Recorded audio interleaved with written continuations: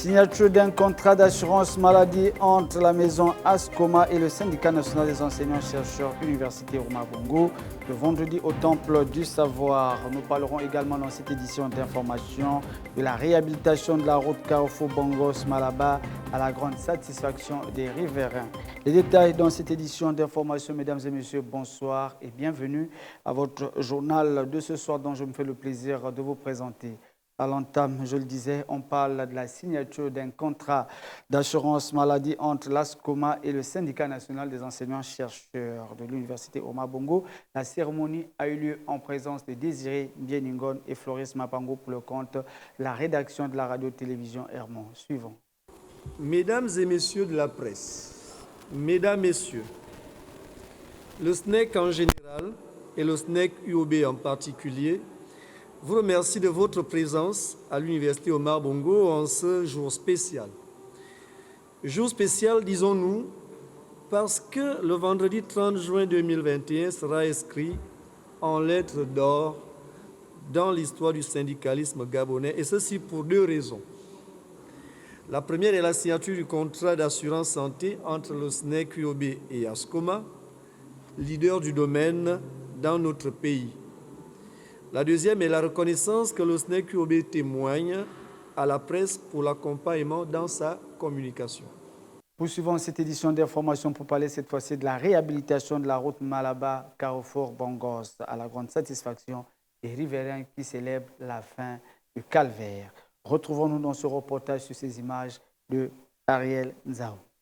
Grâce à la volonté du gouvernement Rose Christian Osuka Raponda et à l'implication personnelle du chef de l'État, son Excellence Ali Bongo Ondimba, les populations de l'axe Bongos-Malaba dans le 5e arrondissement de Libreville peuvent désormais se satisfaire avec la réhabilitation de la route Carrefour Bongos-Hôpital de Mélène par une société de la place. Une grande satisfaction pour les riverains.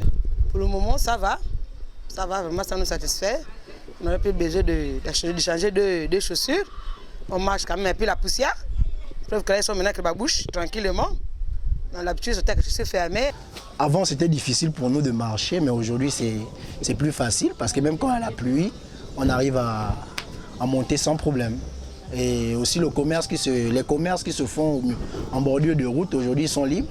Déjà, ils reçoivent des clients à cause de ça, à cause des taximans et en fait des véhicules qui passent régulièrement. Ça les permet de s'en sortir dans leur commerce. Donc c'est pourquoi on dit que c'est une bonne chose qu'on a apportée ici dans le quartier. Vraiment merci à la personne qui l'a fait.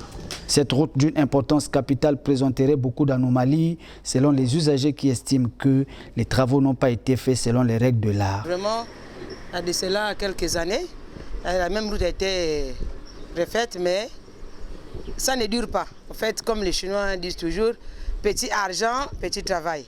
Et du coup, on compte encore les années. Peut-être d'ici 2022 ou 2023, il y aura toujours les cassés. Et on va toujours revenir au même niveau. Mais il y a des petites retouches qu'il faut faire. Surtout, remettre le goudron comme il fallait. Hein, partout. Parce que ce que les Chinois ont mis, eux-mêmes ils ont dit que petit travail, petit argent, petit travail. Donc ils ont fait petit travail. Donc il fallait que si c'est Sokoba qui vient maintenant, faire la route, donc il devait mettre la couche partout. Une seconde faute à relever, le manque de trottoirs, mais aussi et surtout l'absence de Dodan, car depuis sa livraison, les automobilistes roulent ici à tombeau ouvert, sachant que c'est une zone fortement peuplée. Il n'y a pas de trottoir, il n'y a pas d'Odan. On a peur pour nos enfants là, c'est ça. On a peur pour nos enfants, c'est ça. Mais il y a des choses qui manquent. Il y a le trottoir qui manque, il y a les Dodan qui manquent. Il devait quand même mettre au moins des ralentissements des véhicules. Cette route fraîchement livrée aux populations de la zone Carrefour Bongos Malaba sortie Carrefour Pharmacie du PK11, si elle est bien entretenue, pourra faire le bonheur des habitants et commerçants qui commencent déjà à s'y installer. Toujours dans le 5e arrondissement de la capitale gabonaise, les populations de Malaba s'inquiètent de l'arrivée prochaine des pluies, souvent source d'inondations et d'insomnie, car au niveau de deux collines, il se pose un véritable problème d'inondation pendant la saison de pluie. Plus de précisions avec Lordine Oyan et Ariel Nzao. Malaba, dans le 5e arrondissement de la commune de Libreville. Dans ce quartier périphérique de la capitale, certains habitants font quotidiennement face aux problèmes d'inondation, occasionnés par une absence de canalisation pouvant assurer l'évacuation des eaux. Une situation qui les accable depuis des années déjà. L'eau vient, ça s'accumule, ça remonte dans nos maisons. Partout, vous voyez les maisons en étage là. L'eau arrive. Chez les voisins en haut là-bas, l'eau arrive. Chez le voisin là, on a tout perdu. Celui-là, même chose. Tout parti. On doit dépenser. Quelqu'un a déjà son matelas, ça doit rester dans l'eau. Quand il pleut, vous ne pouvez même pas traverser. L'eau, il y a de l'eau de partout. C'est vraiment inondé. Et quand il y a la pluie, vous pouvez voir l'eau jusqu'ici. La dernière fois, ça nous a même cassé la porte.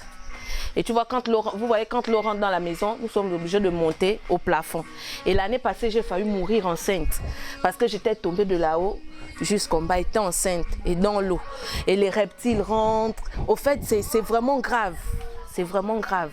Ces résidents du quartier Malaba souhaitent voir cette situation connaître son épilogue avant le retour des pluies. Par rapport à ça, on interpelle le gouvernement de vraiment réagir. La manière dont nous aussi on aide le gouvernement, c'est comme ça, eux aussi peuvent nous aider en retour. C'est tout ce qu'on demande. Parce qu'aujourd'hui on va parler, demain, ça va aboutir à rien. Donc on demande juste l'aide. Ces inondations, souvent vécues par cette frange de la population du quartier Malaba, remettent en surface le problème de canalisation et de bassins versants, quelquefois dénoncés par la population. Vivement que les autorités compétentes se penchent définitivement sur ce problème. Micro-trottoir à présent, pendant la soirée, sinon la nuit à la maison, qui attrape la télécommande lorsque la série et le match de football passent au même moment. Les avis des uns et des autres au micro de Ariel Nzao. Regardons. C'est le mari. Parce que c'est lui l'homme, il passe là toute la journée hors de la maison. Madame, pendant ce temps à la maison, elle regarde la télé et tout. Donc le soir, quand il arrive, s'il a les infos à regarder, il a bien le droit. Si les deux travaillent, là, c'est compliqué. Parce que madame va vouloir regarder ses séries, monsieur va vouloir regarder son match ou bien encore le journal. Donc là, on respecte l'homme. C'est l'homme avant tout, en fait, c'est pas la femme. L'homme, la télécommande. Et puis j'attends après possible mes séries. En tout cas, c'est papa qui discute la télécommande avec moi. Donc ça discute souvent. Et chaque fois, c'est comme ça. Et je vous dis que ça discute, soit c'est lui, soit c'est moi. Et puis c'est comme ça. Normalement, bon, je pense que ce sont les... Enfin, je ne sais pas. C'est peut-être qu'il faut avoir deux télévisions, peut-être. Mais c'est le mari. Puis le match sera rediffusé. La série sera rediffusée. Donc tu laisses au mari de prendre d'abord la télécommande en attendant. Puis je laisse au mari, il regarde la télévision, il suit son match, on le suit ensemble. Et puis, mais la série sera rediffusée. Ça va se reprendre, reprendre toute la semaine. Il n'y a pas de problème. On se discute la télécommande, si je peux me permettre de dire, voilà. Et puis c'est l'homme qui remporte, on est obligé de céder et puis on laisse le monsieur suivre le match. Là, il y a l'opposition. J'impose, je regarde mon football, je regarde le football. Le monsieur suit le match au bar, pas à la maison. Moi, il doit suivre ma série. Il achète la télé pour qui? La télé, c'est pour moi. Hein? Si, voilà, il doit suivre le match au bar. Il va faire débat avec moi. Non? Généralement, les hommes suivent la télé en groupe pour faire des commentaires par-ci, par-là. D'accord? Mais quand il est à la maison, là, il faut vérifier l'état de santé de ce monsieur. Il est sûrement malade. Hein? Ou bien il a eu un souci au travail. Du tic au tac, le match, s'il le trouve à la maison. Il profite de l'occasion. Mais généralement, c'est la femme qui doit rester là à suivre sa série. Que voulez-vous? Qu'elle suive la télé chez la voisine? Ou bien? Moi, je trouve quoi? Voilà, c'est la fin de cette édition d'information. Comme d'habitude, avant que de se dire au revoir, le rappel des titres. Signature d'un contrat d'assurance maladie entre la maison Ascoma et le syndicat national des enseignants-chercheurs de l'université Omar Bongo ce vendredi au Temple du Savoir.